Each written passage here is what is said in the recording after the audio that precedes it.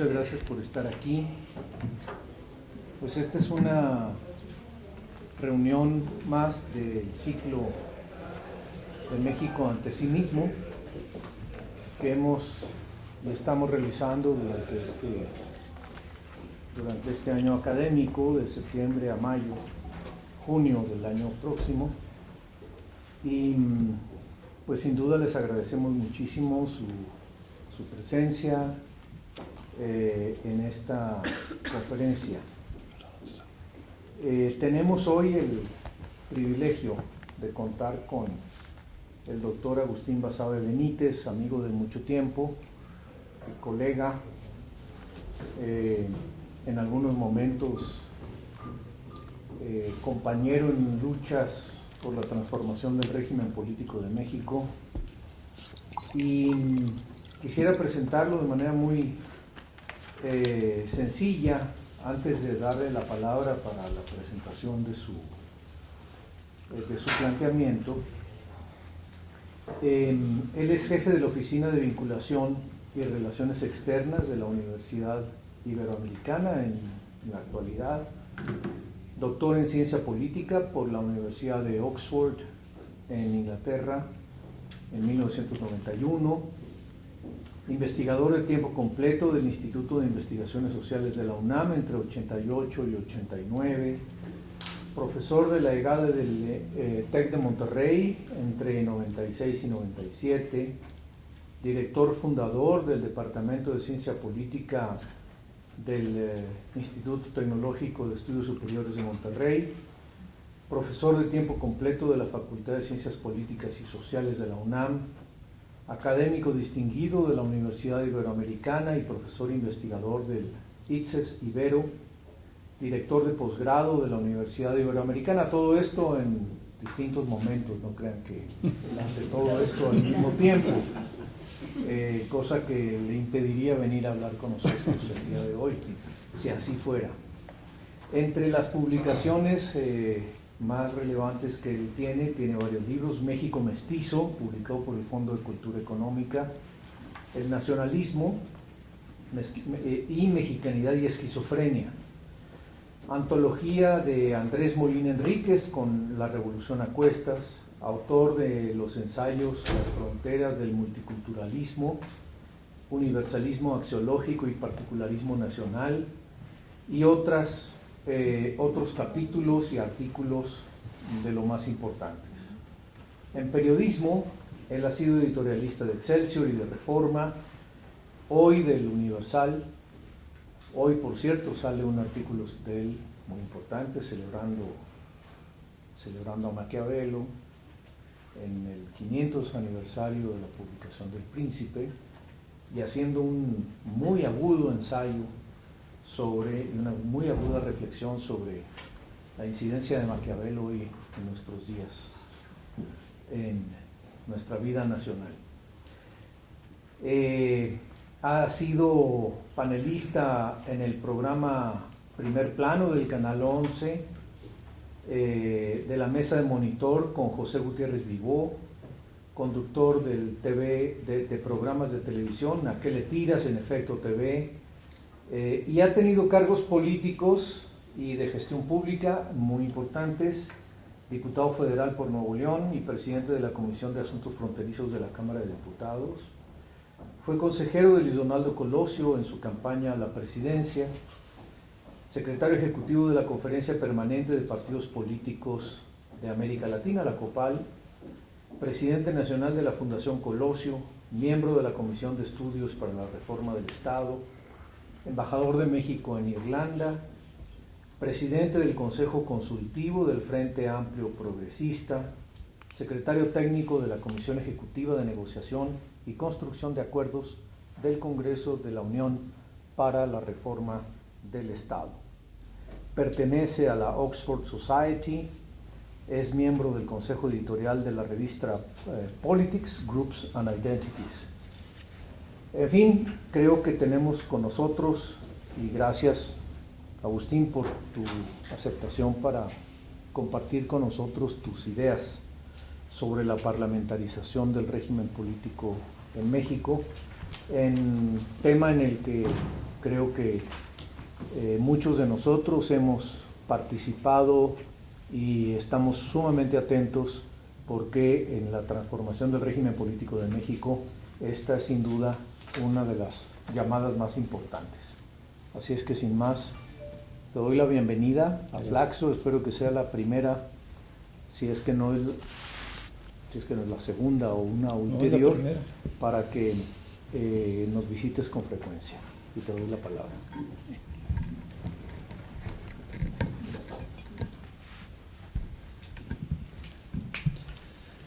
Ante todo, muchas gracias, Francisco, gracias por la invitación, gracias por la presentación. Estoy gratamente impresionado de las instalaciones de Flaxo y me apena decir que no las conocía.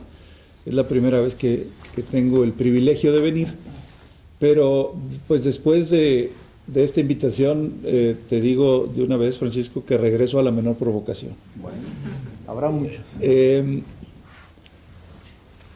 El problema que ha suscitado el debate en torno a la parlamentarización del sistema mexicano o del régimen tiene que ver con la ausencia de mayorías estables en el Congreso a partir de 1997. El régimen o el sistema de partido hegemónico del siglo XX hacía innecesaria la discusión sobre las mayorías. Había una mayoría perpetua, priista, que desahogaba las agendas presidenciales de manera bastante expedita y por lo tanto el tema de presidencialismo, parlamentarismo o algún híbrido intermedio era irrelevante, nadie se lo planteaba. Cuando al final de ese ciclo, de esa época del partido dominante o hegemónico, en 1997 el PRI pierde la mayoría en el Congreso, es cuando se empieza a plantear el tema. Pero se vuelve un tema más importante en la agenda nacional después de ya muchos años, hablamos de 15 años, poco más de 15 años, en donde el electorado mexicano ha decidido dividir más o menos a tercios su representación en el Congreso. Tercios más grandes, más chiquitos, PRI, PAN, PRD, se dividen el Congreso. Los chiquitos, los partidos emergentes también tienen desde luego su presencia, pero fundamentalmente estamos hablando de tres grandes trozos de representación en los que el electorado mexicano parece empecinado en reflejarse. Eso, sobre todo a partir de la alternancia en el año 2000, cuando llegó el PAN por primera vez a la presidencia, se volvió más crítico porque particularmente en el sexenio de Vicente Fox hubo una parálisis legislativa. El PRI, que tenía mayoría todavía, decidió usar esa mayoría en el Congreso un poco como freno, como sabotaje, si quieren usar una palabra extrema, contra el partido que les había ganado la presidencia. Y ante la falta de operación política, de astucia, de sagacidad del gobierno panista, pues aquello se exacerbó. Y esa parálisis legislativa del 2000 al 2006 llamó mucho la atención y encendió los focos amarillos, si no es que ya rojos, sobre qué hacer para desahogar la agenda del gobierno. Cómo desahogar una agenda cuando hay un candado, hay un deadlock en el Congreso. Vino después el segundo gobierno panista del 2006 al 2012 y si bien hubo un poco más de avance, es decir, un poco más de reformas fueron concretadas, parecía haber una operación política ligeramente mejor que la previa. De cualquier manera, el Congreso estaba produciendo con mucha lentitud lo que yo llamo camellitos legislativos. Es decir, se proponían iniciativas para caballos percherones y salían no caballitos, sino camellitos, porque ya saben ustedes que un camello es un caballo diseñado por una comisión. Pero además chiquititos, ¿no? Es decir, aquellas propuestas eran muy grandes y finalmente lo que se aprobaba era muy pequeño, muy limitado. Entonces, ahí el tema, digamos que tomó auge y empezó la discusión, bueno, a ver, ¿qué vamos a hacer? Pero la discusión partía de una suerte de, pues yo no diría ni siquiera premisa equívoca, sino de un prejuicio, de un tabú, de no sé cómo llamarlo, de que el régimen presidencial era intocable, de que México podía hacerle todos los cambios que se necesitaran al régimen presidencial, pero no podía dejar de tener el presidencialismo como su eje. Que de alguna manera los mexicanos teníamos una grapa en nuestro ADN en donde decía parlamento, esa no se podía usar, el parlamentarismo era una idea absurda, ni siquiera se podía discutir. Si alguien algún día la mencionaba, los demás lo volteaban a ver con una cara de extrañeza. Parlamentarismo era una idea exótica que prácticamente no se quería discutir. Se hablaba entonces pues de un presidencialismo acotado, se hablaba de los gobiernos, empezó a hablar de los gobiernos de gabinete, ustedes recordarán. Diego Valadez escribió textos sobre eso, la idea de un gobierno de gabinete, después se hablaba del gobierno de coalición, pero todo era siempre dentro del régimen presidencial. Bueno, y no debo usar el copretérito, no era, es. A la fecha, el debate sigue siendo un debate acotado, limitado, restringido dentro de la órbita del presidencialismo. Recuerdo alguna ocasión en la que, discutiendo sobre este tema con varios colegas, yo dije, bueno, pero ¿por qué no quieren hablar del régimen parlamentario? México necesita un régimen parlamentario, no semipresidencial, no no gobierno de coalición, no gobierno de gabinete, un régimen parlamentario es lo que necesitamos. Bueno, pues yo creo que nunca, ahora sí que sentí lo que sienten los bichos raros cuando son vistos por los demás, ¿no? Pero ni siquiera ameritó mi intervención una respuesta. O sea, nadie se paró para decir, no, Agustín, es que mira, no puede, no, simplemente fue como, y retomaron la discusión sobre cómo dentro del régimen presidencial se podían hacer las cosas para crear mayorías estables. Y yo creo que sí necesitamos un régimen parlamentario por varias razones que quiero compartir con ustedes y que seguramente ustedes ya han escuchado o incluso las han desarrollado. La primera es que vivimos en México en el peor de los mundos posibles, institucionalmente hablando. Tenemos un régimen presidencial a la gringa y un sistema de partidos a la europea. Un régimen presidencial a la gringa porque pues, nos lo copiamos de Estados Unidos, fue el que ellos inventaron, y un sistema de partidos a la europea porque no tenemos un sistema bipartidista con estas dos grandes nebulosas del Partido Demócrata y Republicano, sino un sistema pluripartidista en donde los partidos políticos se asemejan más a los partidos europeos en el sentido que son partidos más ideologizados, partidos de consigna, partidos más disciplinados en su voto que los norteamericanos. ¿Y por qué genera esto problemas? Bueno, pues porque en Europa no los tienen, porque por definición quien tiene mayoría en el Parlamento tiene el gobierno, y si no tiene mayoría en el Parlamento no tiene el gobierno, se tiene que coaligar. Y entonces tiene el gobierno. O sea, no existe la noción de un primer ministro con un parlamento en contra. Punto. ¿No? Puede haber votos de censura, puede haber otras cosas en momentos extraordinarios, pero en momentos ordinarios, en la cotidianeidad, en la normalidad democrática, el primer ministro tiene un fast track para su agenda, por definición institucional. En Estados Unidos, ¿qué pasa? Pues que el presidente de ese país, cuando no tiene su partido mayoría en el Congreso, tiene la posibilidad de negociar casuísticamente, iniciativa por iniciativa, legislador por legislador, para construir mayorías ad hoc, efímeras, inconexas y muchas veces incoherentes. Es decir, quiere sacar Obama su sistema de salud, su reforma de salud, y entonces hace sus cálculos y dice, bueno, en la Cámara de Representantes tengo tantos demócratas, me faltan tantos, en la Cámara de Senadores tengo tantos, y entonces me faltan tantos senadores y tantos representantes. Y entonces viene la negociación quid pro quo, uno por uno, con los que ellos escogen como susceptibles de ser pasados al campo de su iniciativa. Y a veces, eso no es secreto para nadie, se negocian puentes y carreteras y fondos federales a cambio del voto de algún legislador de la oposición. Y entonces sacan la iniciativa, la que sea, puse el ejemplo de Obamacare, quizás no es el más feliz ejemplo, pero la que sea, sacan su iniciativa, se aprueba y la mayoría se disuelve.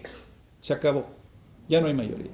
A la siguiente iniciativa hay que inventar otra mayoría que va a ser diferente, que va a tener distintos actores, porque se va a escoger a los legisladores y entonces se va a crear otra mayoría diferente, efímera también. Y por eso hablo de inconexas, porque es muy difícil tener un programa de gobierno cuando no se tiene la mayoría en el Congreso. Ese programa de gobierno se tiene que ir adaptando a las circunstancias del Congreso. Y entonces el programa empieza a cambiar, porque en ciertos momentos hay que conceder algo a los republicanos y en ciertos momentos hay que cambiar el timing de las aprobaciones y entonces esta reforma la dejamos para después, pero o mejor la cambiamos o mejor la eliminamos, pero vamos a pasar esta. Por eso hablo de reformas basadas o sustentadas en mayorías efímeras, inconexas y decía a menudo incoherentes, ¿no? Pero aún así la sacan. En Estados Unidos la sacan, porque son dos partidos políticos y son partidos políticos cuyos legisladores responden a la lógica de sus constituencies, mucho más que a la lógica de sus partidos y de las dirigencias nacionales de sus partidos, que son muy débiles. También ya sé que estoy usando un ejemplo en un mal momento, porque hoy la polarización que se ha generado en Estados Unidos con este surgimiento de esta cosa horrorosa que se llama el Tea Party, parece haber creado polos ya muy diferenciados y ya partidos más parecidos a los europeos, menos fácil de negociar con los legisladores en lo individual porque están muy polarizadas las fuerzas, en fin, pero sigue siendo igual, es más complicado, pero sigue habiendo esa posibilidad. Entonces decía, cuando hay esa contradicción entre un régimen presidencial a la gringa y un sistema de partidos a la europea, pues no nos queda más que una de dos. O agringamos nuestros partidos o europeizamos el régimen. ¿Sí? Porque o creamos un sistema bipartidista parecido al gringo o parlamentarizamos el régimen. No hay más. Lo demás es hacernos tontos. Seguir como estamos y seguir buscando reformas sin tocar el régimen sacrosanto presidencial es, en mi opinión, darnos a nosotros mismos a tole con el dedo. Ahora, ¿cuál es el problema de México? El problema de México es que, dadas estas circunstancias que vivimos, un país más plural, un país venturosamente, yo diría, más diverso en lo político y en lo social, no puede reducirse a dos grandes bandos políticos. No puede. Y las intenciones de hacerlo que tienen por ahí algunos, se presentó una iniciativa en ese sentido del PAN, en el sexenio pasado, había una iniciativa del entonces presidente Calderón que tenía como propósito forzar las cosas para ir creando de facto un sistema bipartidista, ¿no? Había muchas cosas en esa iniciativa para hacerlo. La segunda vuelta legislativa, por ejemplo, pues es eso. O sea, si va a haber una segunda vuelta legislativa es para crear un bipartidismo de facto.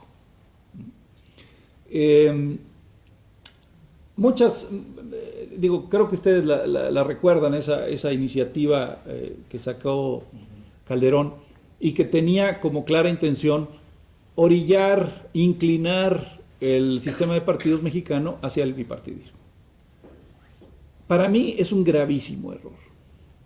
Es un gravísimo error porque significaría reducir una realidad mucho más compleja a una bipolaridad artificial.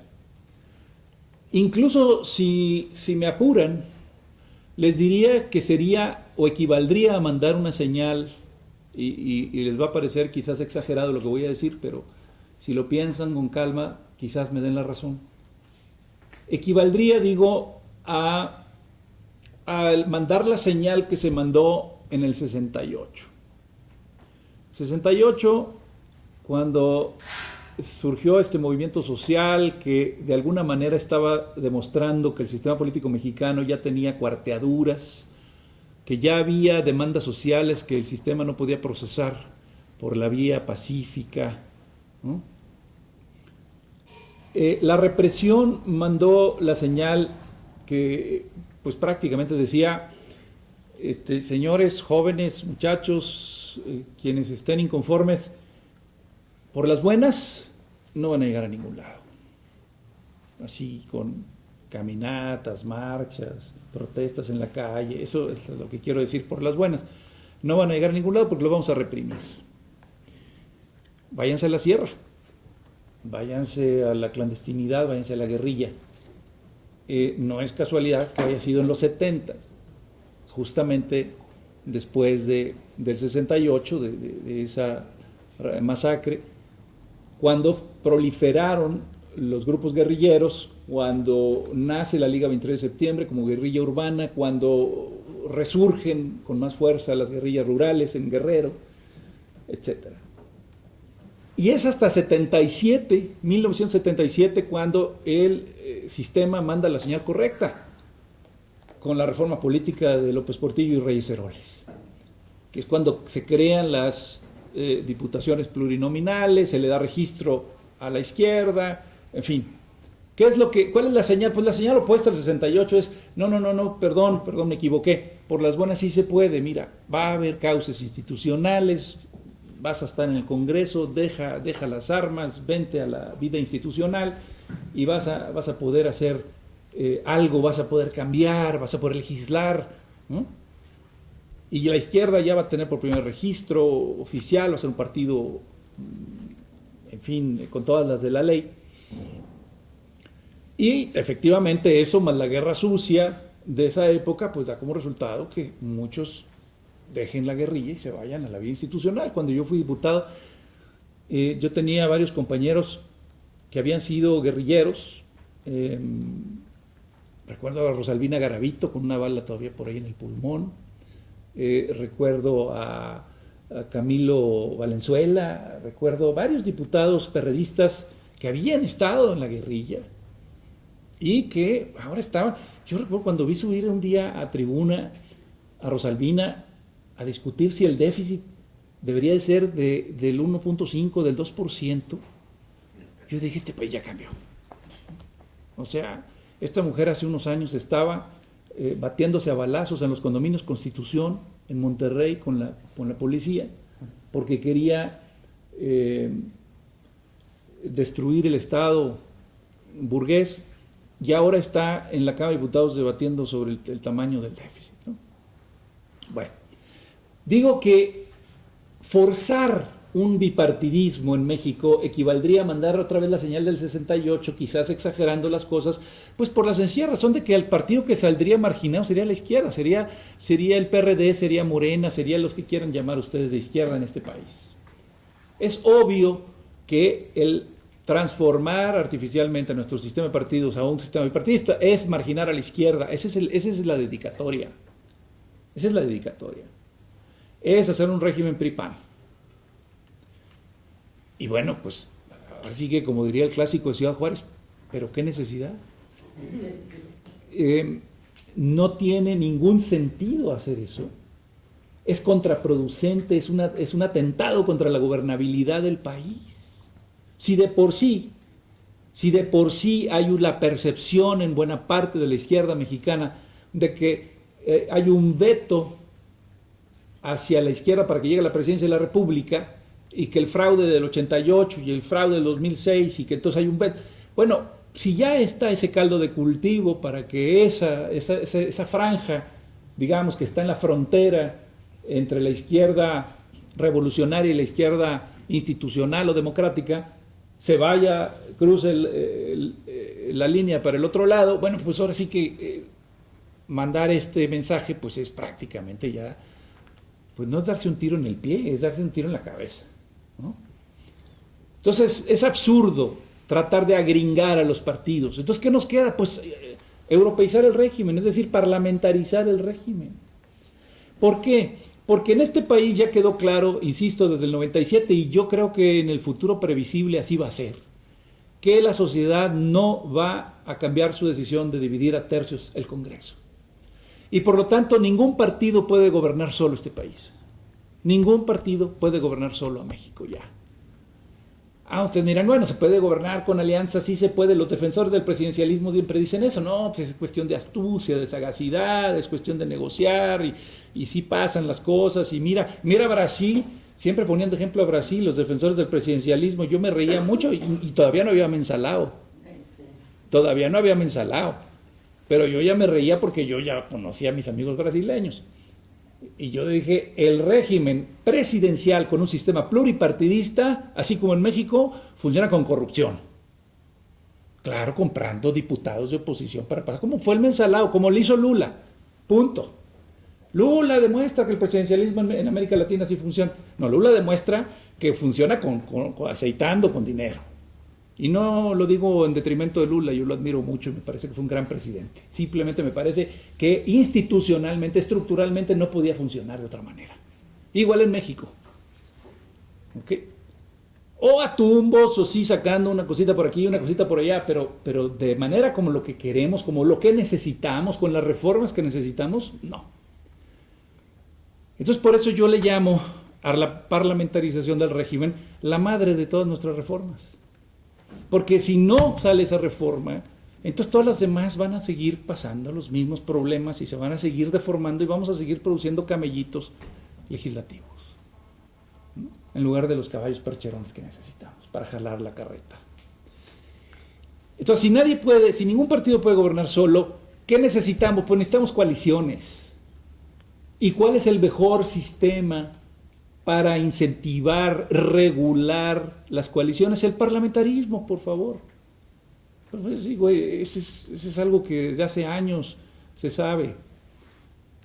Si no hay mayoría en el Congreso, forzosamente tiene que crearse una mayoría con coaliciones, con una alianza, o dos o más partidos se tienen que juntar, pero se juntan de cara a la sociedad y le presentan un plan de gobierno de cara a la sociedad y reparten el gabinete de cara a la sociedad y dicen, estas son nuestras propuestas, esto es lo que vamos a hacer.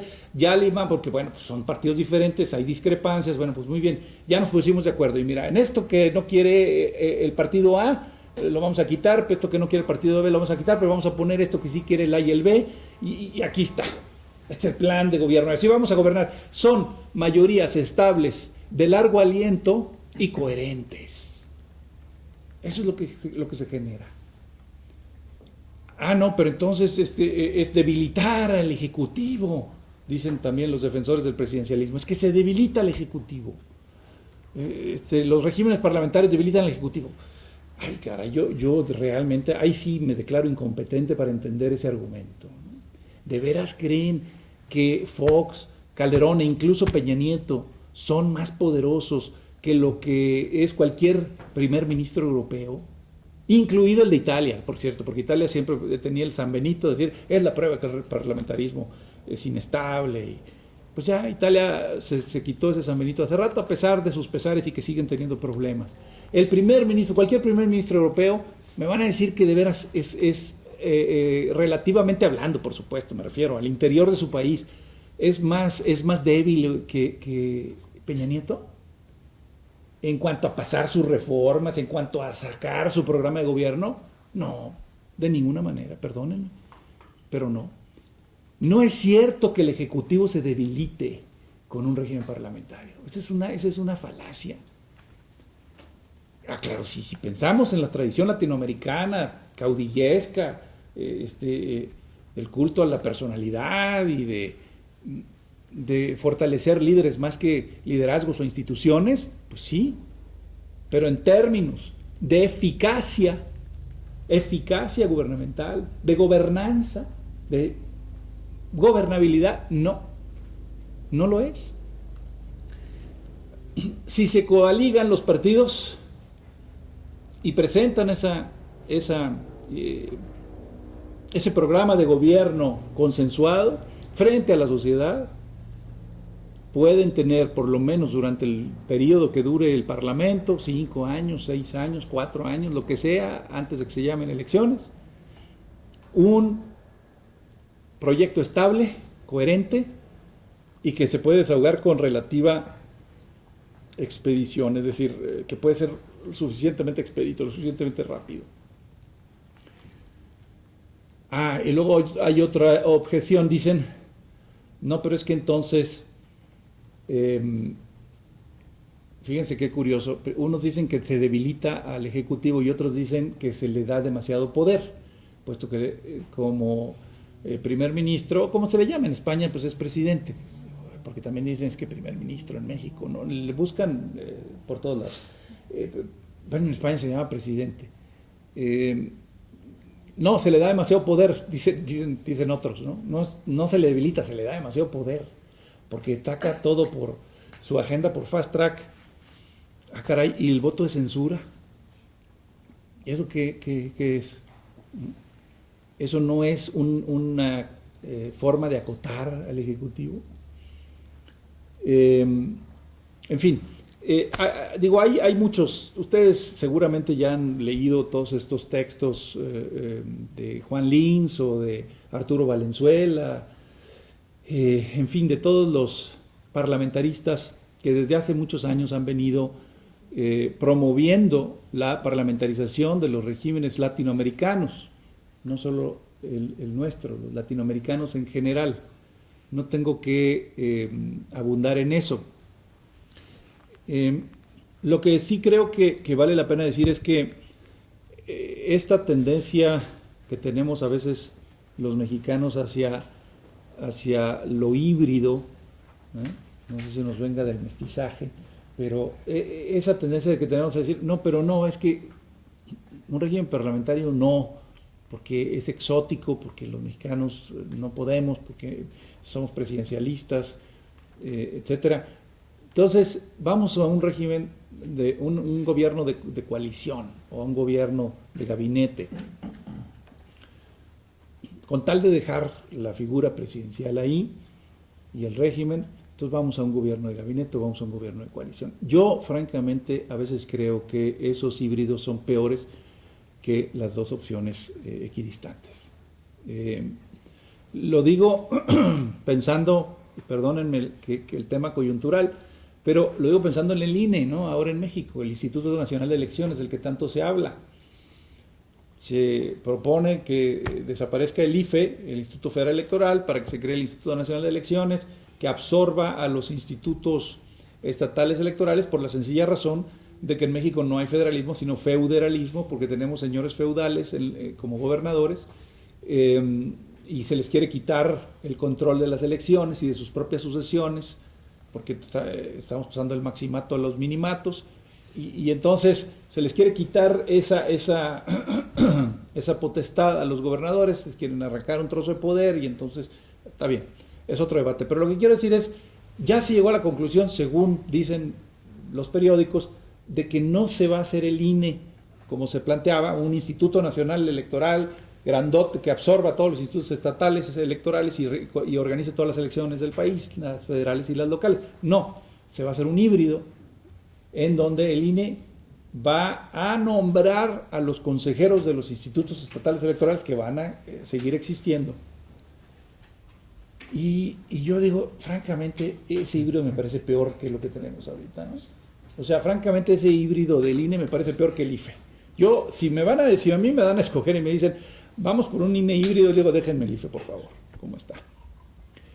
Es que esa proclividad a las mezclas, a los híbridos, porque además es en buena medida perdón, pero por ser timoratos, ¿eh? Porque hay una enorme mezquindad política en este país. Yo siempre he dicho que no hay transición democrática sin generosidad. Y en México no ha habido generosidad de los partidos políticos. Y ojo, cuando hablo de generosidad no me refiero a ingenuidad, ¿eh? Estoy hablando de generosidad, la de veras, la que tuvo Mandela en Sudáfrica, por ejemplo. Aquella en la cual los actores políticos saben que en ese momento de transición, en ese momento crítico, todos tienen que perder algo a corto plazo. Todos tienen que pagar para ganar, todos a largo plazo. Y olvidarse de la visión cortoplacista y del juego suma cero por un momento crítico de transición. Y ahí todos tienen que poner, como lo pusieron en España también, ahí también hubo generosidad en los pactos de la Moncloa. Aquí no. Hace tiempo que estamos en la transición, unos dicen que ya terminó, otros dicen... Yo lo que dije es, cuando todo el mundo decía que ya había terminado la transición democrática, yo les dije, nos faltan 31 transicioncitas, una por cada estado. Porque dentro de los estados se está reproduciendo el viejo modelo del presidencialismo discrecional, con un presidente que no tenía contrapesos. Los gobernadores de los estados, como decía hace un momento, no controlan a sus congresos, a sus tribunales superiores de justicia, a los alcaldes, a la prensa, a los órganos autónomos, incluidos los institutos estatales electorales, a las comisiones de derechos humanos, a los institutos de transparencia. No se mueve la hoja de un árbol en un estado si el gobernador no quiere. Ah, claro, si el gobernador es lo suficientemente hábil, por supuesto. Hay algunos que no les da tanto y entonces sí se les escapan algunas cosas. Entonces, bueno, esta idea de que, bueno, que vamos a cambiar, está bien, sí se necesita cambiar, pero tantito, por la mezquindad, porque no hay generosidad para entender que a veces hay que hacer saltos cuánticos y que a veces de veras regatear el cambio es ignorar el signo de los tiempos. Ese es para mí el problema de México. Y sinceramente yo no veo en qué sentido podría ser más drástico o podría costarnos más trabajo o podría tener un costo político más alto para México el pasar de lo que tenemos a un gobierno de coalición como el que se propone o a un régimen parlamentario. Y la verdad es que pues ya entrados en gastos no le veo gran diferencia a una cosa y la otra. Por cierto, no hay receta parlamentaria única, O sea, hay 1000 posibilidades, no híbridas, de parlamentarismo, pero diferentes, ¿no? Incluso yo en alguna de mis sueños guajiros escribí por ahí en un ensayo para este libro colectivo que sacó... ay Dios, lo sacó la UNAM, ahorita me acuerdo cómo se llama. Bueno, sacaron un libro sobre, como una especie de proyecto de nación completo y hicieron un tomo, un volumen sobre la democracia, se llama La Agenda de la Democracia en México, y allí escribí yo un capítulo sobre la parlamentarización del régimen. José Luis Calva es el coordinador, tú los conoces, Francisco, siempre hace sus enciclopedias, ¿no? Así es. José Luis, el buen José Luis. Bueno, en ese texto que escribí ahí para este libro, este volumen de la obra que se llama La Agenda Democrática en México, decía yo, pues miren, de una vez pensemos en cómo vamos a darle la vuelta a la crisis de la democracia representativa, porque la democracia representativa está en crisis aquí y en China. Bueno, no sé, en China yo creo que no, pero en todas partes, ¿no? En todas partes. Está en crisis. Está en crisis y no se han encontrado los instrumentos para resolver esa crisis de representación, de los mecanismos de representación. Y las partidocracias en todo el mundo están generando protestas y, en fin, ya lo sabemos, ¿no? hay una gran inconformidad social, hay unas partidocracias dominadas por intereses muy poderosos, por grandes empresarios, por oligarcas, etcétera. Y se dice la partidocracia está totalmente rebasada y se necesita otra cosa, y entonces se empieza a hablar de la democracia directa y de los instrumentos de la democracia representativa, y bueno, hay que hacer algo. Bueno, decía yo que en un sueño guajiro, en una de estas noches de insomnio, escribí yo en ese texto, dije, bueno, pues ¿por qué no hacemos una de nuestras cámaras ciudadanas? Y una cámara en la cual no vayan los partidos políticos, vayan puros candidatos independientes, y que desde luego se prevengan los mecanismos para evitar que los partidos empiecen a cooptar a los ciudadanos, pero pues finalmente esa es la queja que tenemos, ¿no?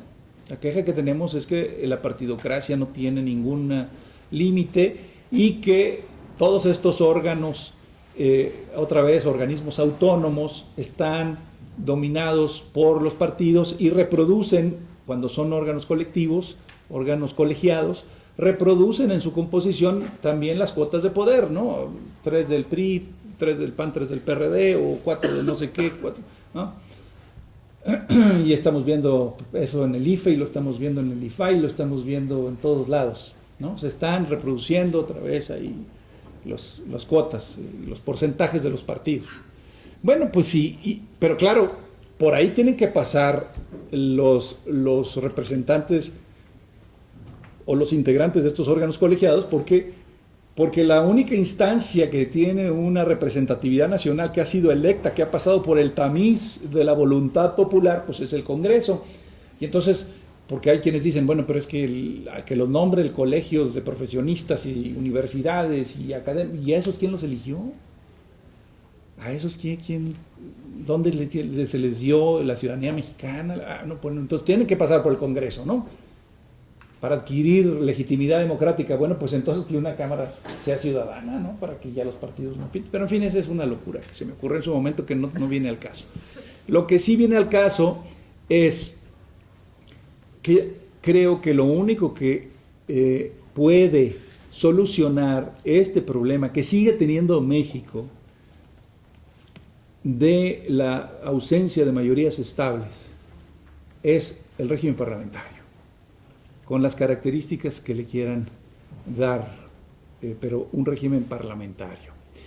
Y termino con una reflexión en torno al Pacto por México, porque también hay quienes dicen el Pacto por México ya solucionó el problema.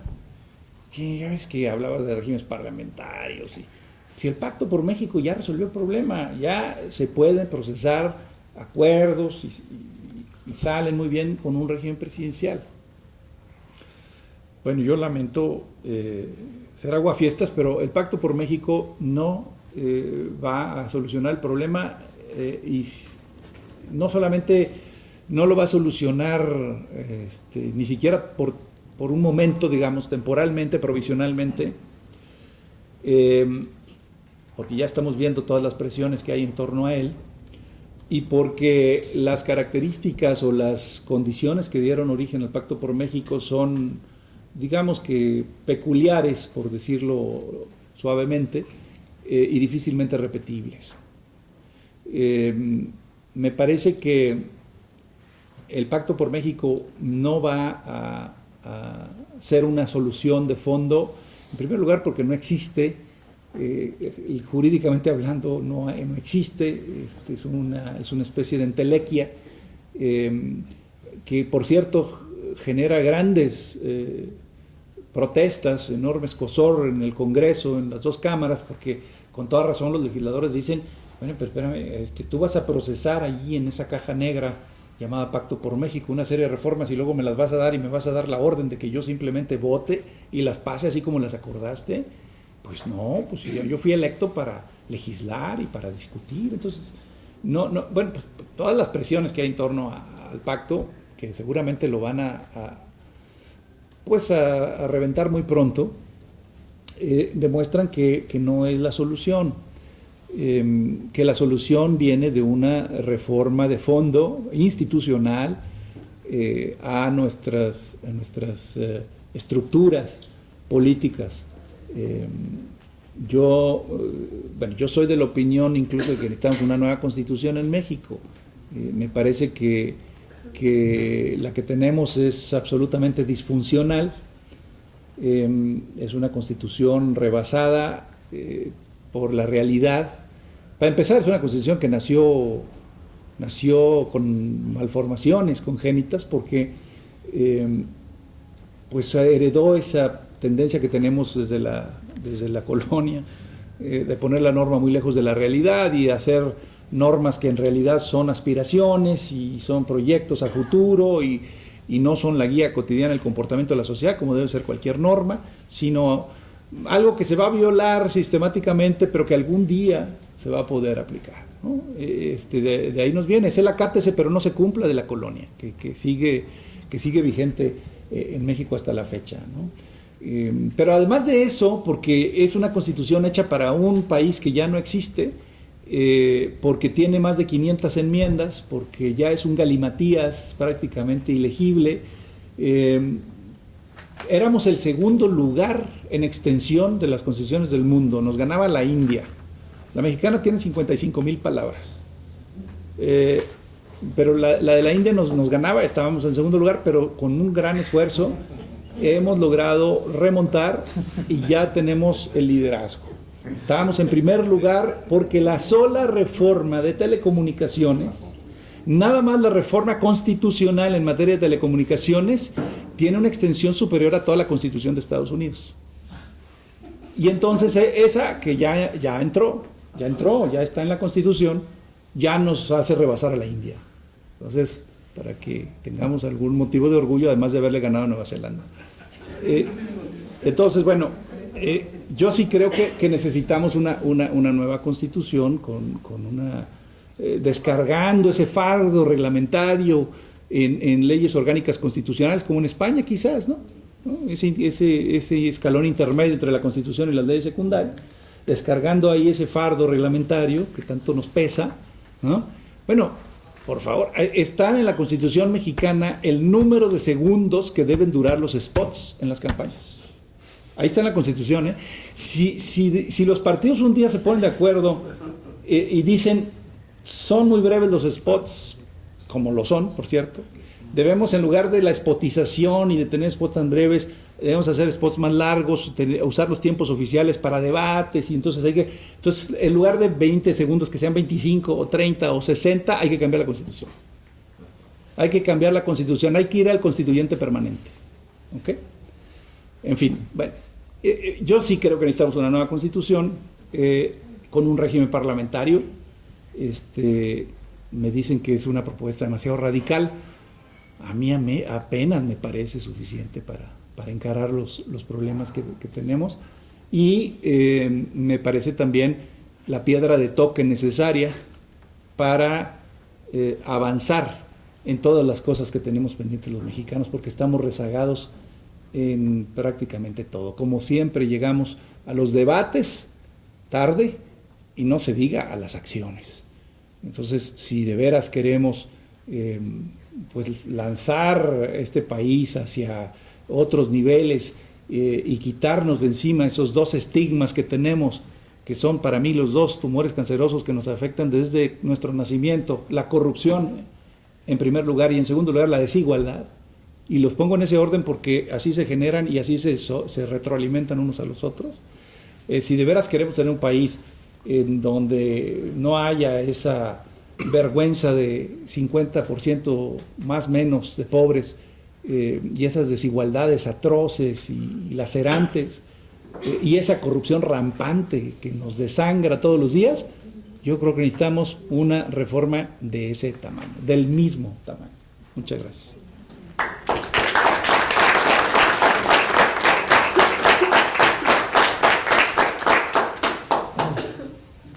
Muchísimas gracias, Agustín.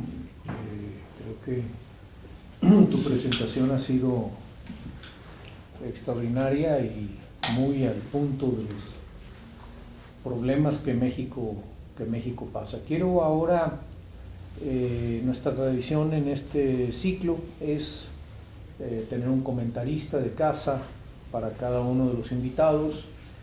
Rodrigo Salazar Elena será quien comente,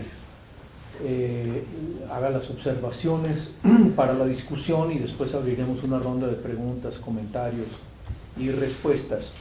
Rodrigo es candidato doctor a Ciencia Política por la UNAM, es profesor investigador de tiempo completo de la Flaxo y coordinador de la maestría en Gobierno y Asuntos Públicos. Él ha estudiado la metodología de las ciencias sociales, el comportamiento electoral y los efectos económicos de las instituciones políticas. Hoy trabaja sobre un proyecto sobre el impacto de la reelección presidencial sobre el desempeño económico en América Latina.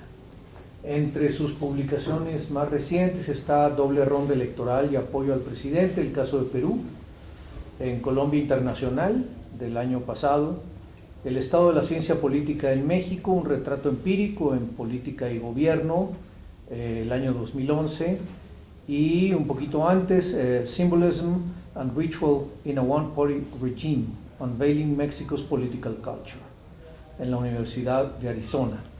Le doy la palabra a Rodrigo para que haga sus comentarios y posteriormente pasar a la ronda de discusión. Muchas gracias. Bueno, la discusión sobre la forma de gobierno, entre la discusión de si deberíamos mantener el presidencialismo, es una discusión sin duda relevante. Creo yo también que está muy centrada en la realidad, como mencionó el doctor Basabe. Efectivamente, la realidad es que México es un país plural, ¿no?, y con una forma de expresar las preferencias electorales que se ha estabilizado en 3 partidos. Eso es lo que hay, eso es lo que tenemos, para bien y para mal. Bueno, podría eso cambiar un poco con el surgimiento de Morena, a ver qué pasa, ¿verdad? Pero lo que sí está muy claro es que con el surgimiento de Morena no vamos a tener menos multipartidismo, ¿verdad? Eso está muy claro. Y eso crea un asunto de obstáculo en la toma de decisiones, que es un tema propio del sistema presidencialista que por diseño institucional no existe en el parlamentarismo, ¿verdad? Es decir, en el parlamentarismo, también lo dijo muy claro el doctor Basabe, no existe algo así como gobierno dividido, aunque los gobiernos de minoría son más frecuentes de lo que se cree. En todo caso, insisto, es una cuestión muy realista, y no solo en México, sino que en América Latina, pues con nuestra tradición presidencial que viene desde las independencias, no se habla mucho del tema, ¿verdad? Es decir, no es realmente una cuestión muy debatida. En términos de, académicamente sí, ¿verdad? Académicamente se debate todo. Pero en términos de plantearse seriamente si vamos a hacer el cambio correspondiente, salvo en Brasil, ¿verdad? En Brasil se llevó a referéndum, y por referéndum se votó por mantener la forma presidencial, aunque estaba muy clara la opción, que usted presidencialismo o parlamentarismo.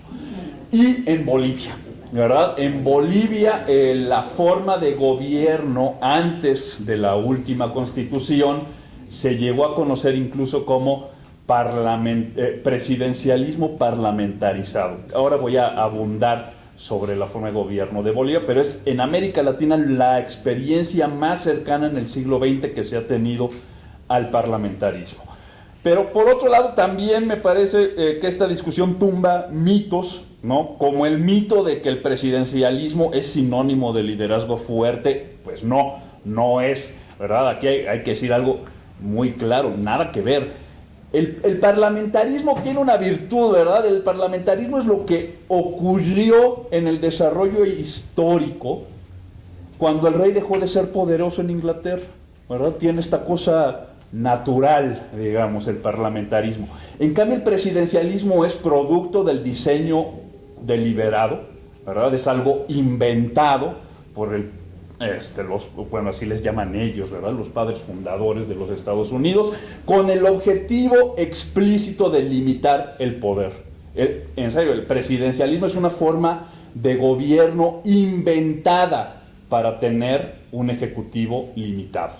Entonces, esto es decir, presidencialismo sinónimo de ejecutivo fuerte, pues no, ¿verdad? Solo que, claro, en América Latina lo que hemos tenido en el siglo XIX, primera mitad del siglo XX, son hombres poderosos que no les importa nada, que suprimen la Constitución o que suprimen en los hechos las instituciones de división de poderes. Una vez que se actualiza la realidad de la competitividad electoral, pues ya no tenemos eso, tenemos presidentes con muchos problemas para sacar adelante sus programas de gobierno, como se mostró con el mensalao, que pues es una forma creativa de solucionar esos problemas, pues que es aceitando bolsillos, ¿no? Entonces me parece que sí que es una discusión que se debe dar.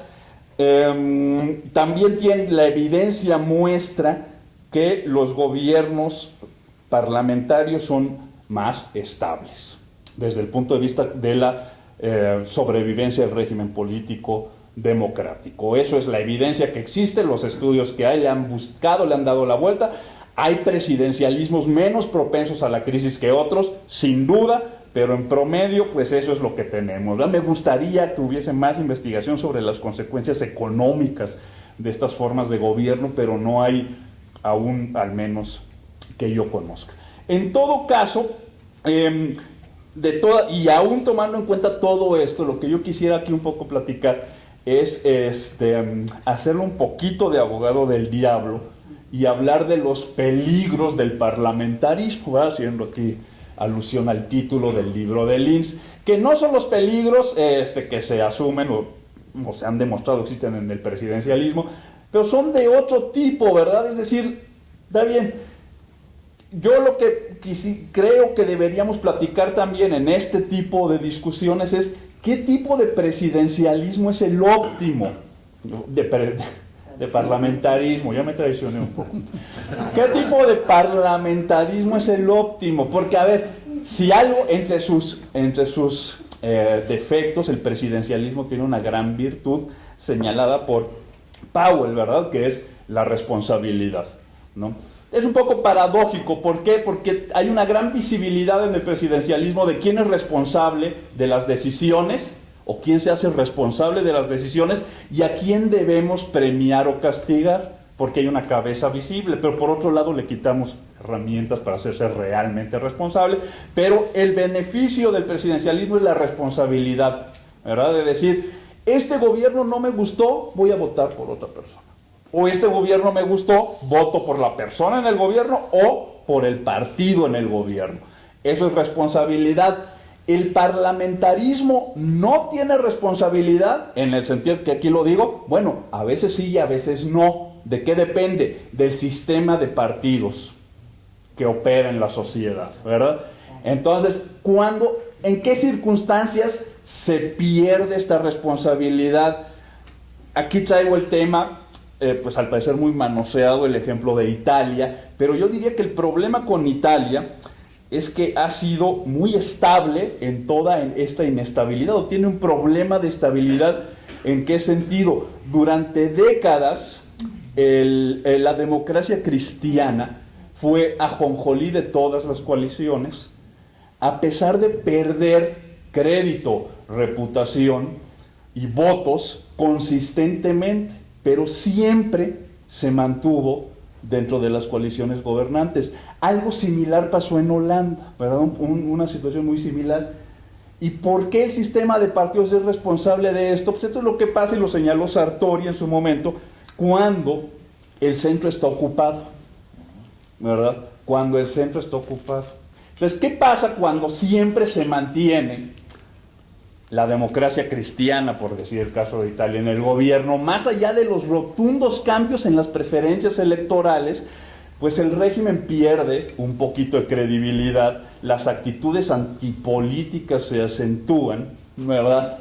Y además los políticos en esta situación pues se empiezan a considerar un poquito inmunes, un poquito protegidos, un poquito que no importa lo que hagan, van a seguir en el gobierno y tenemos incompetencia, corrupción y esos problemas, pues bueno, que no nos gustan, ¿verdad? Entonces, eso pasa en esas circunstancias, cuando el centro está ocupado, se genera una ajonjolí de todas las coaliciones.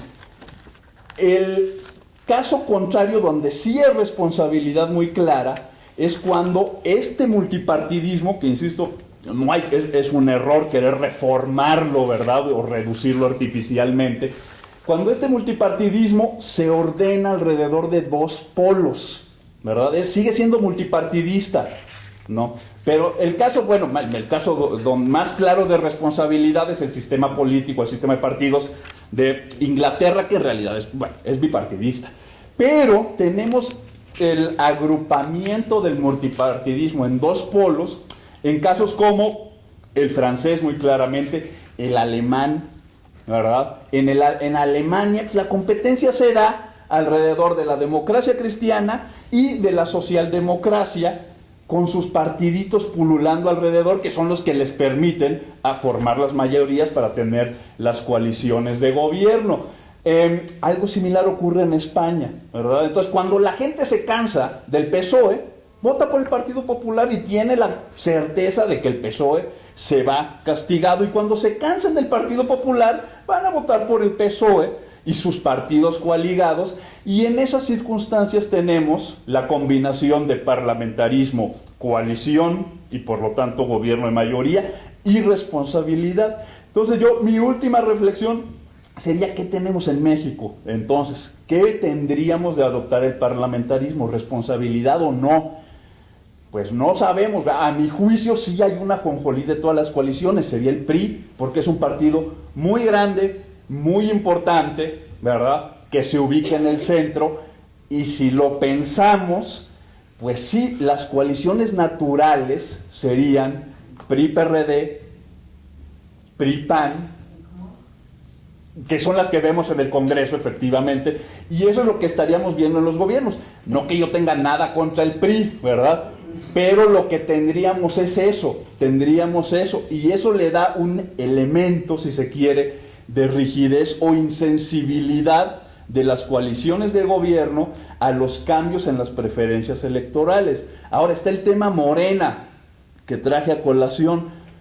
Con Morena pueden suceder varias cosas, ¿verdad? Que se atomice la izquierda, entonces ningún partido de izquierda sirva para nada jamás, o que se haga suficientemente fuerte alguno de los dos, el PRD y Morena, y tengamos que a la larga se genere una dinámica bipolar, ¿verdad?, que tenga al PRI y al PAN por un lado, y por el otro al PRD y Morena. Si se generara un sistema de partidos así, creo yo que realmente el parlamentarismo podría resultar, darnos lo mejor, es decir, sin obstáculos en el gobierno, sin interrupción en la toma de decisiones y con responsabilidad, ¿verdad? Creo yo que ese es el mejor de los mundos, ¿no? Bueno, ese es todo mi comentario. Muchas gracias.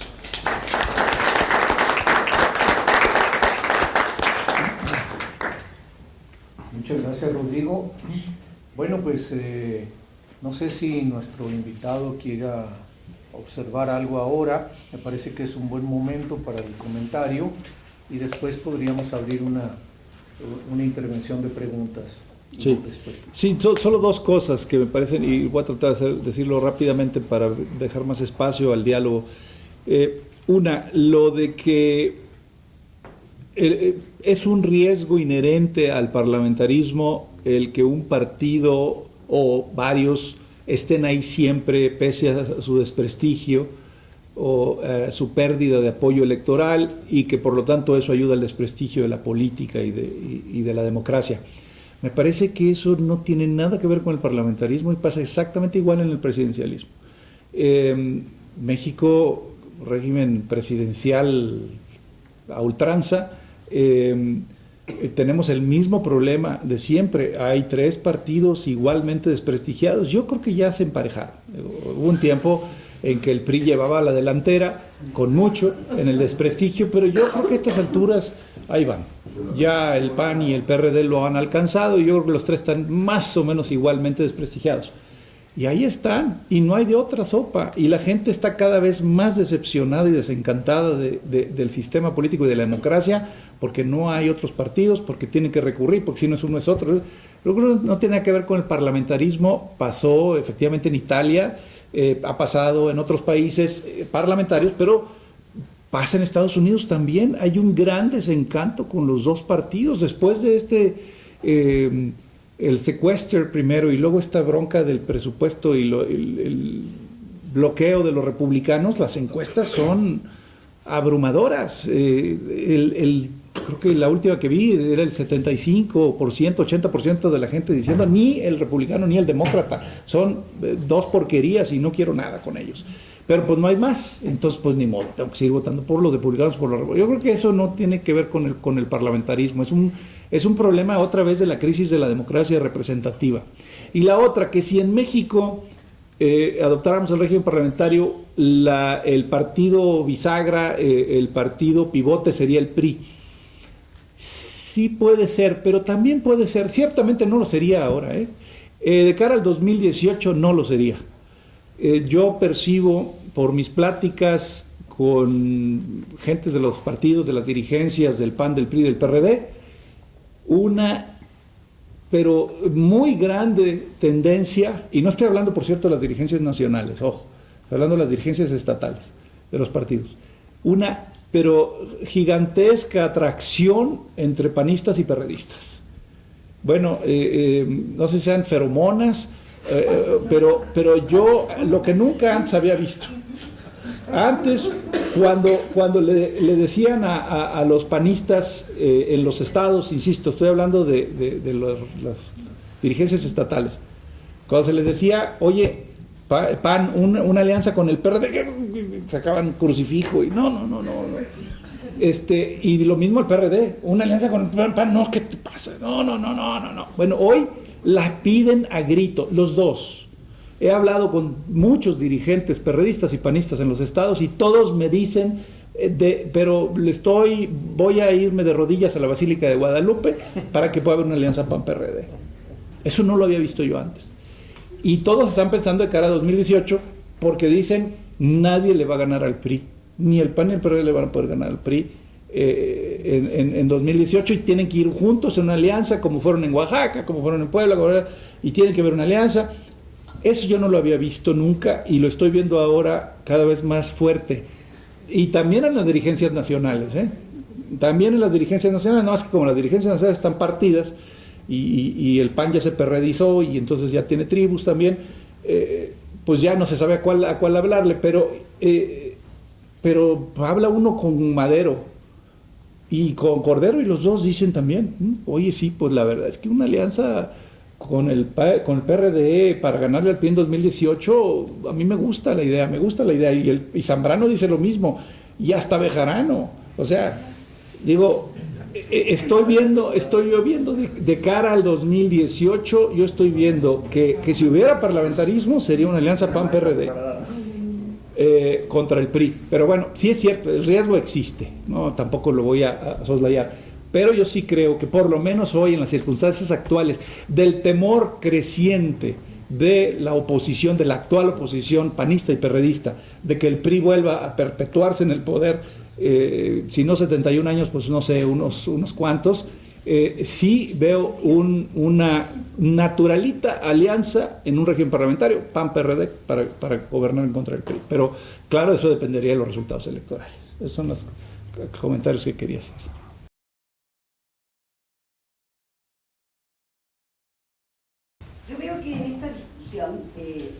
Parecería que la solución a la crisis de representación que vivimos y a la democracia representativa sería un cambio de diseño institucional, lo que tú estás planeando. Pero a mí me parece que lo que estamos viendo en el mundo va bastante más allá de un problema de diseño institucional. Entonces yo creo que la crisis de la democracia representativa la estamos viendo en todas partes. Basta ver los datos del Latino Barómetro, por ejemplo, cómo coincide la tendencia de caída de la aceptación de la democracia por parte de la población y cómo el nivel que tenían los europeos de adhesión, de apoyo a la democracia, está cayendo a los niveles de América Latina. Entonces, aquí estamos viendo que no me parece que el problema pase por el diseño institucional, si parlamentarismo o presidencialismo, que es un debate absolutamente indispensable, pero me parece que va bastante más allá. Para el caso de México, si nosotros vemos que más del 40% de la población cree que puede haber democracia sin partidos y 38% de la población cree que puede haber democracia sin Congreso, entonces, bueno, algunos pueden decir es que en México no se sabe qué es la democracia, entonces no entienden digamos, lo que son los instrumentos fundamentales, las instituciones. Podría ser, pero yo creo que esto está hablando de algo bastante más complicado, ¿no? En términos de lo que tendrían que ser las condiciones para que un cambio de diseño institucional pudiera funcionar para compensar el tremendo déficit de la democracia representativa. Bueno, hay un punto que quiero dejar en torno a eso es cómo ver el problema justamente de lo que ustedes tocan, el sistema de partidos. Yo creo que después de la transición, digamos, con la alternancia en el 2000 y no se pudo hacer la reforma del Estado y demás, pero un tema que parecería como intocable es la reforma del sistema de partidos. Y yo creo que esto es un punto central previo al problema del diseño institucional, si parlamentarismo o presidencialismo. Pero es una cuestión que quisiera colocar para el debate. Gracias. Muchas gracias. Alicia Puyana. Muchas gracias al doctor Basabe y también a Rodrigo por lo que nos han presentado aquí. Usted, doctor Basabe, o no sé si entendí bien, sugiere que el parlamentarismo sería un antídoto o una receta contra la pobreza y la corrupción. No. Así lo entendí yo. Digamos que está pensando en Europa, pero creo que hay países donde hay parlamentarismo y la pobreza se quebra. Entonces, No, ahorita le digo. Ok. Desigualdad. O desigualdad. Bien. Sí, por favor. Muchas gracias, Fausto Quintana de la UNAM. A mí me preocupa la profesionalización del legislador en cualquier tipo de régimen o cambio estructural.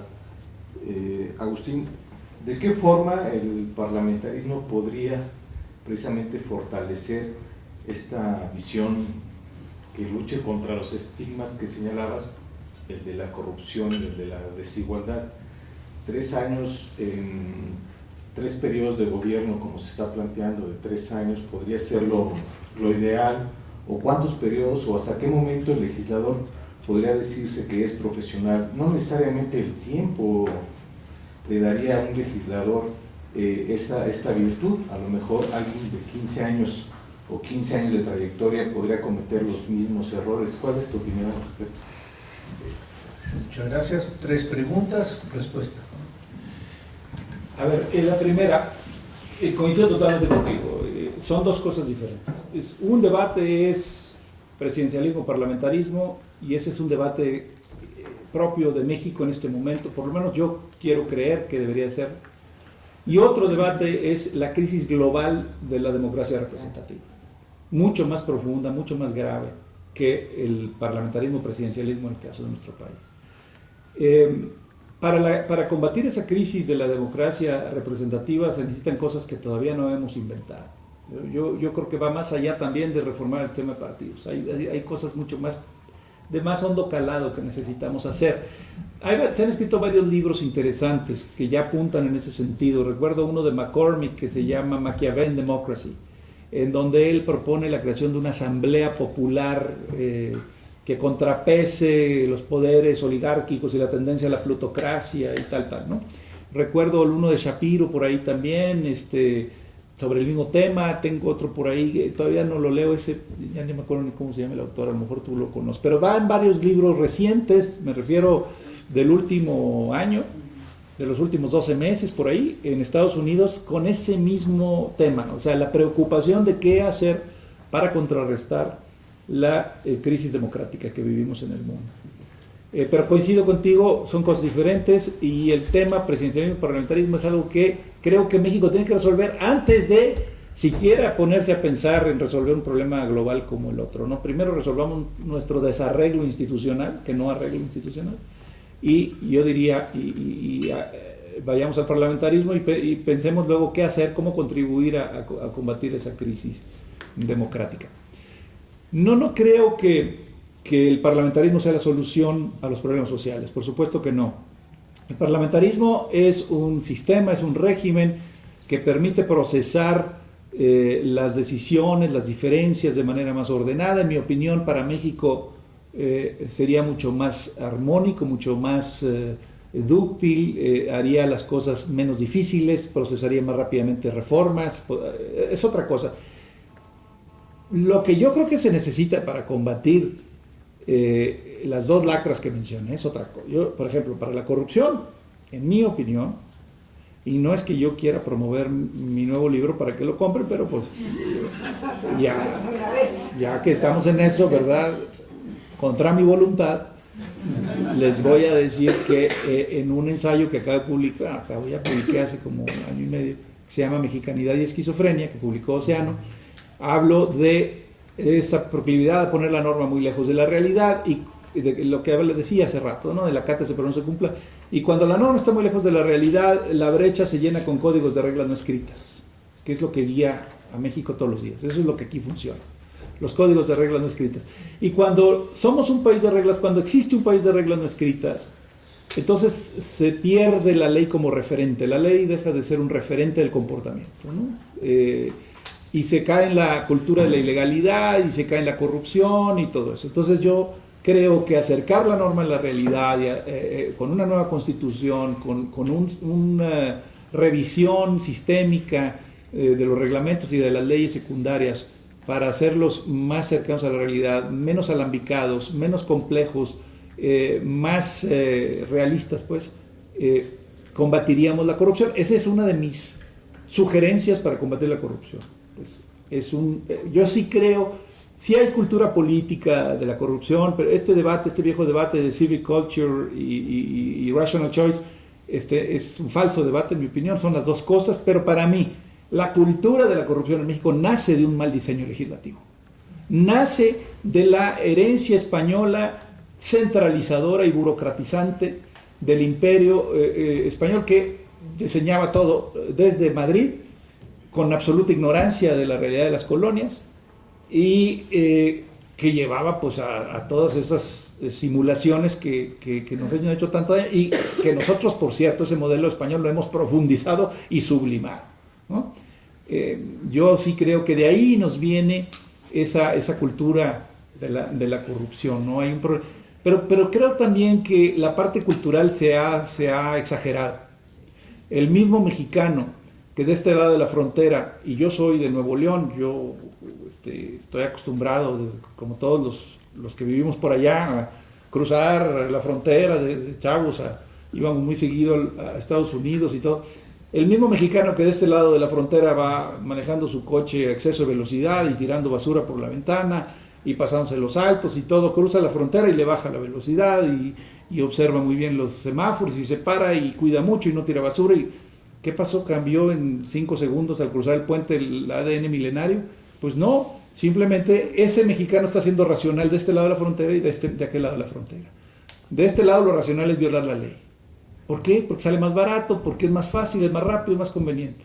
Del otro lado es muy costoso violar la ley. Y entonces no la viola, se cuida más. Eso yo sí creo que se exagera la parte cultural, si bien es importante y cuenta, se exagera y sí creo más en el diseño institucional como detonador de cambios y del encauzamiento de conductas. Pero entonces no creo que lo parlamentario, que el régimen parlamentario pueda solucionar los problemas de México. Soluciona unos problemas, los problemas de la gobernabilidad, los problemas, pero no los otros.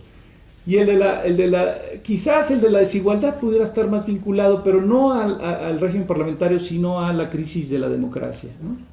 Porque ciertamente si las partidocracias están cooptadas por intereses muy poderosos y por grandes empresas y los representantes están solamente respondiendo a los intereses de esos grandes consorcios, conglomerados, etcétera, y se soluciona esa crisis de la representatividad, pues de alguna manera eso tiene que impactar en la redistribución de la riqueza. Ahí sí, en lo de la crisis de la democracia representativa, sí creo que está vinculado con lo otro. Yo siempre he dicho, yo soy de los nostálgicos, así como Tony Judd, en este libro de Ill Fare the Land, yo sí soy de los nostálgicos que dicen la época de oro ya pasó, fue a mediados del siglo XX con el estado de bienestar en Europa. Así, yo sí creo, ahí no había crisis de la democracia representativa. Ahí los representantes estaban respondiéndole a los obreros, estaban respondiendo a los que los habían elegido, ¿no? Entonces sí creo que eso sí está vinculado con la parte de la desigualdad. Se construyeron sociedades, dentro del capitalismo, se construyeron sociedades con muy bajos niveles de desigualdad en Europa, gracias a que sí había una vinculación entre representantes y representados. Y finalmente, lo de la Unión Soviética, por supuesto. claro, y claro, sí, por supuesto. Bueno, hombre, el cliché es correcto. Fueron los capitalistas los que sí leyeron El Capital. Sí, claro. Y finalmente lo de ser de la reelección. Sí, yo soy partidario de la reelección consecutiva de legisladores. Pero me parece, y otra vez van a decir que soy monotemático, pero pues a eso me invitaron, el régimen parlamentario te pone las facilidades, digamos, para la profesionalización de veras de los legisladores. Porque, ojo, en un régimen parlamentario el sistema de partidos es quinta esencial, ¿no? En un régimen presidencial tú puedes llegar al grado de decirles a los partidos: háganle como quieran. Ustedes pongan sus reglas que quieran, elijan como quieran, pongan un dictador, hagan lo que se les pegue la gana. Yo no me interesa, a mí me interesa cuando ustedes lleguen aquí al sistema político y me registren un candidato y se acabó. No, en el régimen parlamentario lo que hagan los partidos va a repercutir directamente en el sistema político y en el funcionamiento de la sociedad. Por la sencilla razón de que el jefe, el líder de un partido político, si ese partido gana la mayoría del Parlamento, es el primer ministro. Entonces, cómo elijan a ese presidente de ese partido es fundamental para el Estado. No son cosas allá de entidades, entes etéreos, llamados partidos políticos. No, para el Estado es fundamental que los partidos tengan mecanismos muy claros y muy sistemáticos y muy institucionales para elegir a sus líderes y para todo eso, porque el que sea líder de un partido, si gana ese partido de mayoría, es automáticamente el primer ministro, el jefe de gobierno. Entonces, el régimen parlamentario obliga a los partidos a profesionalizarse, a institucionalizar. Esto que estamos viendo hoy en el PAN, en el PRD, y en el PRI también, nada más que ahí son más hábiles y lo esconden. Pero lo que estamos viendo en el PAN, en el PRD, sería impensable en un régimen parlamentario. O sea, no se puede. Bueno, sí se puede, pero es más complicado, tiene un costo más alto. Entonces, sí, yo estoy a favor de la reelección. Creo que, insisto, en un régimen parlamentario es mejor la profesionalización legislativa, pero lo que dices, pues sí, también hay un riesgo, sí. Se crean cacicazgos legislativos, ahí tenemos en Estados Unidos senadores de 40 y tantos, 50 y tantos años, y que son, bueno, ya lo sabemos, ¿no? Bueno, pues hay formas, hay límites, se puede poner una reelección hasta por tantos años. De hecho, lo que se está discutiendo hoy, según entiendo, en el Congreso mexicano es una reelección para los senadores, o sea, hasta 12 años, y 3 para los diputados, según entiendo. Bueno, está bien, pues, alguien podrá decir 2 o 4, pero se pueden poner límites. Si la preocupación es que haya más movilidad política y que no haya cacicazgos, se pueden poner límites, pero me parece que la reelección sí es necesaria. Y sí creo que la reelección consecutiva de los legisladores es importante, aunque no es la panacea tampoco, como el PAN cree, ¿no? Sí creo que es importante.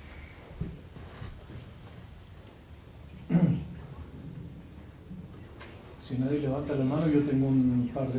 Perdón, adelante. Buenas tardes, doctor Basabe. Ahora que refería lo de la posible conveniencia de legislar para la reelección, ¿cómo estructuraría usted el diseño del Congreso en un sistema parlamentario? ¿Con listas elaboradas por los partidos para elegir por representación proporcional, por distritos? ¿Cómo sería un hipotético Congreso mexicano en un sistema parlamentario? ¿Alguna otra pregunta? Yo tengo dos, con lo cual completamos tres. Una pregunta es, yo soy muy afín a la idea de un cambio de régimen político. Mis dudas residen en la capacidad social de llevar a ese cambio. Creo que si uno se fija en las fuerzas y los motivos que llevaron a la transición mexicana, que empieza desde los años 80 y tiene un cierre primero en el 96-97, cuando se establece el piso parejo para la alternancia en el poder, hay una fuerte, importante fuerza social que conduce a ello. La impresión que tengo es que desde el punto de vista de las fuerzas conducentes a la democratización del régimen político, este impulso se termina en el 2000 o en el 97 si se quiere. Desaparece los movimientos cívicos que apoyan a que los partidos políticos entonces llamados de oposición entren en una lid, en una competencia equitativa con el antiguo partido hegemónico. En ausencia, según yo, por lo menos no veo yo en la sociedad mexicana un objetivo de transformación político común. Hay muchos objetivos de transformación política, pero no son comunes. Está fragmentadísimo, o sea, derechos humanos, asuntos laborales, desigualdad, indigenismo, diversidad política, etcétera, etcétera, pero a todos estos movimientos que podemos llamar progresistas, que podrían conducir a la transformación, no los une una identidad política en relación con un objetivo que tenga relación con la transformación del régimen político. Entonces, esa es una impresión mía. La pregunta es, ¿tú ves fuerzas en la esfera política y social del país capaces de conducir a esta transformación hacia el parlamentarismo? Esa es una pregunta.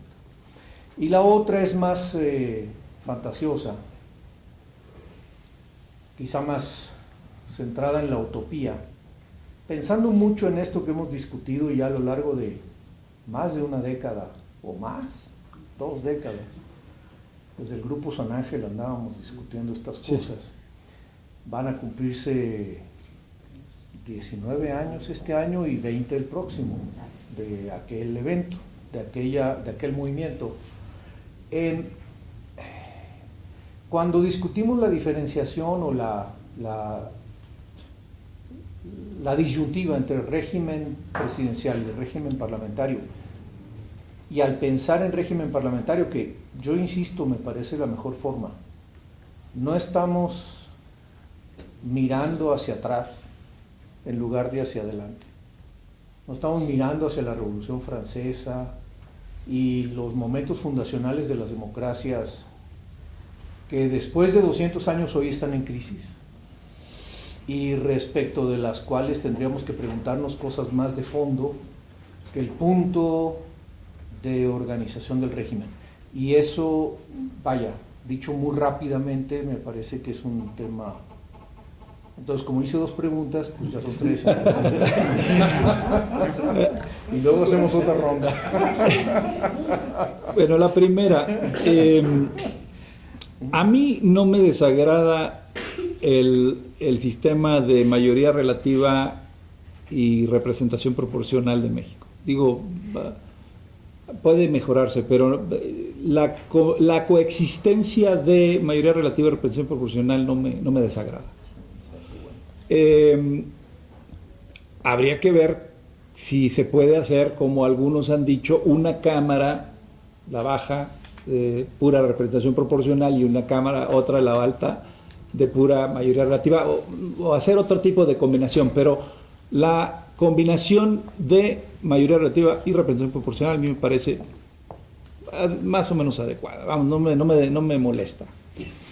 ¿Por qué no me molesta? Pues porque combina dos cosas importantes que tiene cada una. La mayoría relativa te genera la responsabilidad de la que hablaba Rodrigo hace rato, ¿no? La responsabilidad directa, que si tú eliges a tu diputado o a tu senador y tú te exiges que te rinda cuentas, y ¿no? Hay una vinculación más clara, más directa.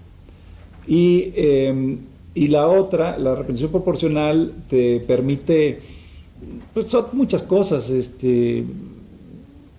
Primero, lo más importante, evita la sobre y la subrepresentación. La mayoría relativa genera una enorme sobre y subrepresentación, dependiendo de las circunstancias, pues, pero digo, imaginemos un sistema, imaginemos que tuviéramos solo 300 distritos en México y 2 partidos, para simplificar las cosas, o 3 partidos como tenemos ahora. Y en los 300 distritos ganaba el partido A, el PRI, digamos, por el 34% de los votos. Todos igual, ¿no? 34, 30 y... ¿qué sería? 32, 32. ¿Cuánto? ¿Cómo quedaría? 34, 32, 32, PRI, PAN, PRD. Pero en todos, en los 300 ganaba el PRI, con 34% de los votos. Tendríamos una cámara de 100% de las curules para un partido que ganó el 34% de los votos. Y los otros partidos que ganaron juntos el 64 tenían 0 curules. Es decir, eso es un caso viejísimo de la sobrerepresentación que genera la mayoría relativa. La representación proporcional permite eso, que la vinculación o la correlación entre votos y curules o escaños sea más pareja, y en el caso de la representación proporcional pura, idéntica, ¿no? Esa es otra ventaja. Pero además, ya siendo prácticos, y aquí entre nos, pues digo, ahí es en la lista de representación proporcional donde puedes meter a los grandes juristas, a los grandes economistas, a los grandes, ¿no? Es la verdad, ahí es donde metes a los que van realmente a legislar.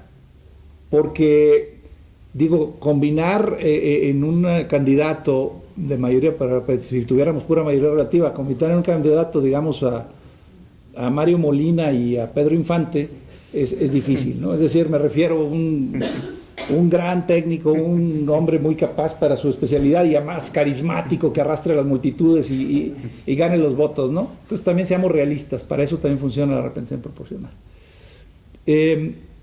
Y luego las de Francisco. La primera, a ver, es que me quedé clavado con la segunda. ¿Cuál fue la primera? ¿Cuál fue la primera? La primera es básicamente hay fuerzas sociales que conduzcan a lo que es la propuesta. Sí, ya me acordé. Sí, mira, hace poco escribí yo un artículo donde decía que lo ideal es que la sociedad avance por delante del Estado y lo jale. O en el peor de los casos, que vayan juntos, sociedad y Estado, por ahí, ¿no? Pero hay muchos momentos en la historia en los que el Estado tiene que marchar por delante de la sociedad y tiene que jalarla, ¿no? Si en el siglo XIX hubiésemos en México tenido una democracia así muy purista, y si hubiera sometido a referéndum, por ejemplo, a la separación del Estado y la Iglesia, se habría perdido por abrumadora mayoría. Es decir, y no habríamos separado el Estado de la Iglesia, y una reforma fundamental para el país se habría retrasado quién sabe cuántos años. Pero hubo una élite política liberal que jaló a la sociedad. Yo sí creo que hay muchos momentos en la historia en los que esas élites políticas del Estado, representantes a fin de cuentas del Estado como sociedad políticamente organizada, jalen a la sociedad civil, se adelanten, que tengan la capacidad de visionarios y que jalen a la sociedad. Pero tu pregunta es muy pertinente porque tienes toda la razón, no hay en México. No hay en México quien tenga esta capacidad. Y el artículo al que me refiero, que escribí hace poco, era justamente sobre eso. Decía yo, no hay en este momento una élite política, un liderazgo político que entienda la necesidad de la transformación profunda, del cambio, por ejemplo, de una nueva constitución, de un régimen parlamentario, etcétera, que esté jalando a la sociedad y que esté diciendo, yo asumo mi responsabilidad como representante. ¿Ah? Y ahí me vienen a la mente las palabras de mi ilustre paisano Fray Servando Teresa de Mier, que por cierto se cumplen 250 años y nadie lo ha celebrado, nadie lo ha festejado a mi ilustre regiomontano. Pero bueno, Fray Servando decía en el debate de 1824, el constituyente 1824, en su debate con Miguel Ramos Arizpe sobre el federalismo, hay un momento, es maravilloso el discurso de Fray Servando, no sabemos lo que tenemos en Fray, hay que releer a Fray Servando, Teresa de Mier. Fray Servando estaba en contra del federalismo como lo planteaba Ramos Arizpe, porque Ramos Arizpe planteaba una imitación extralógica a Estados Unidos. Y Fray Servando le decía, está usted equivocado, allá fueron 13 colonias que se independizaron separadamente de la Gran Bretaña, del Imperio Británico, y luego firmaron un pacto federal. ¿Ah? Y aquí usted tiene un todo que me lo quiere partir artificialmente para imitar el federalismo. Dijo, vamos gradualmente, vamos, sí, dice, yo no quiero centralismo, pero vamos poco a poco, vamos de acuerdo a la realidad nacional haciendo la descentralización. Y tenía razón Fray Servando en su discurso de las profecías, donde dijo, nos van a quitar la mitad del territorio, bueno, algo parecido, nos van a quitar la mitad del territorio los gringos. Pero a lo que me quiero referir es, hay un momento en que Ramos Arizpe, en el debate con Teresa de Mier, pues yo creo que se desesperó porque estaba perdiendo el debate, y entonces acudió al expediente de la demagogia y subió a tribuna y dijo, diputado Mier, dejémonos de discusiones, el pueblo quiere el federalismo. Y entonces Fray Servando, pues ni tardo ni perezoso, subió a tribuna y le dijo, mi querido amigo diputado Ramos Arizpe, traigamos al primer mexicano que vaya pasando por aquí afuera de la Cámara, invitémoslo a pasar y preguntémosle qué es el federalismo. Y doy mi pescuezo si no pregunta qué clase de animal raro es ese. Dice, no me venga usted con que es voluntad del pueblo el federalismo. Ese es un debate que estamos dando aquí nosotros, esta élite. Dice que fuimos elegidos por nuestras, bueno, Fray Servando era un megalómano, por nuestras luces y nuestra brillantez y nuestra cultura y no sé qué, para elegir lo que sea mejor para la nación, dice Fray Servando. Somos sus árbitros y compromisarios, no sus mandaderos, dice Fray Servando. Entonces, sí, es muy cierto lo que dices, no hay en este momento esa élite política que asuma una responsabilidad histórica y que diga, voy a jalar al Estado, voy a jalar a la sociedad hacia una transformación profunda que necesitamos. No la hay. Y lo triste es que cuando se platica en corto con los mandarines de la política mexicana, y tú les dices, yo lo he hecho muchas veces, oye, ¿de veras crees que funciona el presidencialismo? No, Agustín, claro que no, ya es un desastre. Pero ¿no crees que el parlamentarismo funcionaría mejor? Sí, hombre, sí funcionaría. ¿Y crees que necesitamos una nueva constitución? Por supuesto, pero esto es una porquería. ¿Y por qué no? No se puede. No se puede. No, hombre, estás loco. Si no nos ponemos de acuerdo en detallitos, imagínate una nueva constitución. No, imposible. Ese es lo terrible. O sea, ni siquiera es que no se den cuenta algunos de ellos, sino que no hay, otra vez, la generosidad bien entendida a la que me refería antes, ¿no? De decir, bueno, a ver, aquí hay que entrarle, aquí ya no vamos a gobernar por encuestas, aquí vamos a gobernar con nuestras convicciones y nuestras luces, como diría Fray Servando, ¿no? Y vamos a jalar a la sociedad. No la hay, por desgracia. Y luego la tercera, donde hablas ya de la fantasía, yo... En esa tierra fue que escribí aquello que decía de una cámara ciudadana, pero fui más allá, no me daba pena decírselos, pero ahora ya me voy a animar.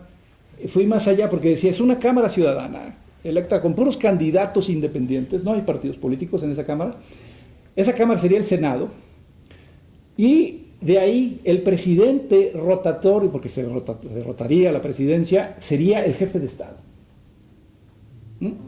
Ciudadano por encima de los partidos políticos. un jefe, porque acuérdense que está separado en el régimen parlamentario jefatura de Estado y jefatura de gobierno. Pero en México también se dice es que la dualidad y la bicefalía y que si tenemos un jefe de Estado y un jefe de gobierno van a pelearse, porque piensan en el régimen francés, porque piensan en el semipresidencialismo francés, que es otra cosa.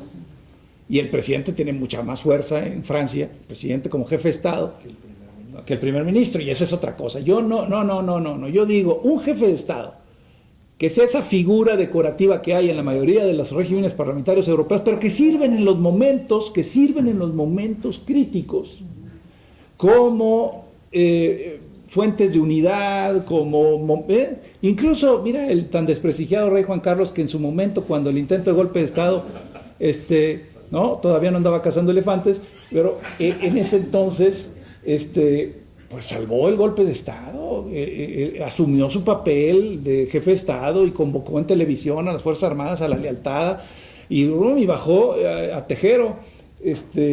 O sea, son figuras decorativas, pero son figuras decorativas que tienen momentos críticos en donde sí se pueden situar por encima de los partidos políticos, porque no fueron electos. Bueno, algunos de ellos, en algunos casos no son miembros de partidos políticos, en otros sí, pero en otros no. Por eso decía yo, un Senado ciudadano y cuyo presidente del Senado haga las veces de jefe de Estado y sea el jefe de Estado ciudadano, por encima de las fuerzas, solamente para esos papeles protocolares y para esos momentos críticos donde hay que entrar. Yo recuerdo la guerra de las Malvinas, cuando Thatcher, que no era precisamente, digamos, muy sumisa a la reina, pues como a su muy estilo particular, el estilo personal de gobernar, decide declarar la guerra a Argentina y todo lo que ya sabemos, y no le avisa a la reina. Es decir, no cumple el protocolo de llegar y decirle a la jefa de Estado, pues su majestad, fíjese que le voy a declarar la guerra a Argentina, y la reina dice, pues adelante, ¿verdad? O sea, no se mete y todo, ¿no? Pero se le olvidó. Pues no se le olvidó, yo creo que le valió gorro, ¿no? Muy a su estilo.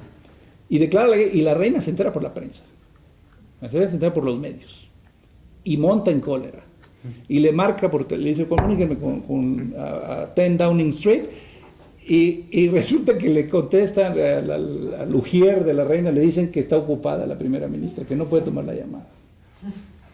Y entonces manda un emisario la reina de Buckingham Palace a 10 Downing Street, y le dice, llega ahí y le dice a Thatcher, dice, su majestad, dice que si usted no va en este momento, en este instante al palacio, va a disolver el parlamento. Y aquí está la orden para disolver el parlamento. Entonces Thatcher dice, caray, pues sí puede, ¿verdad? Sí puede. No lo hace nunca, pero pues sí puede. Y entonces se sube a su jaguar y se va a Buckingham, y ya llega con una pequeña dosis de humildad, de la que era capaz, nada más, no mucho, y le dice, su majestad, perdóneme usted, estoy muy apenada, qué barbaridad. No, por supuesto, mire, yo someto a su consideración. Y la reina le dice, está bien. Pero vamos, hay situaciones límite en donde los jefes de Estado en un régimen parlamentario ponen para esos momentos límites. Yo pues decía, en un Senado de ciudadano, no partidista, el presidente, que además no tendría mucha fuerza, porque dirá, es que va a tener mucha fuerza y se va a volver no, pues es rotatorio, es protocolario, recibe cartas credenciales de los embajadores, ¿no? Pero si hay momentos críticos, puedes entrar a tomar un papel importante, ¿no? Y finalmente, se me olvidó, porque cuando Rodrigo dijo una cosa me acordé de lo que decía Dieter Nolen. Hay una parte donde Nolen dice, don Nolen, como ustedes saben, es un defensor del presidencialismo, y hay una parte en donde dice, miren, en América Latina les conviene más el presidencialismo, porque los presidentes tienen más prestigio que los partidos políticos y los legisladores, y por lo tanto es mejor que tengan el poder. Hijo, ese es un dardo envenenado. Ese es un dardo envenenado, porque ese es un llamado al caudillismo y al culto a la personalidad que tanto daño nos han hecho en América Latina. Digo, dicho sea de paso, nada más para refrendar mi fe parlamentarista. Pues muchísimas gracias, un aplauso.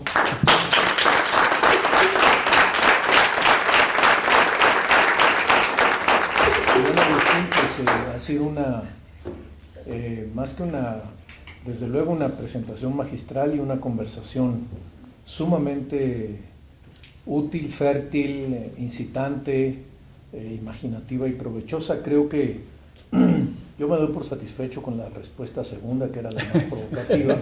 Creo que una asamblea ciudadana y una idea así es provocativa y sería innovadora. Y bueno, ya veremos cómo va la realidad, pero sí creo contigo que la descomposición de los sistemas presidenciales es palmaria y que el encuentro de formas de transición hacia distintas formas de régimen, quizá las transiciones democráticas nos llevan a cuestionarnos las formas de régimen y hacer transiciones de formas de régimen, quizá como segundos o terceros momentos de transiciones importantes. Te agradecemos muchísimo, les agradezco a todos en nombre de Flaxo y mío propio su presencia aquí y bueno, los invitamos a continuar viniendo al ciclo. Muchísimas gracias. Gracias.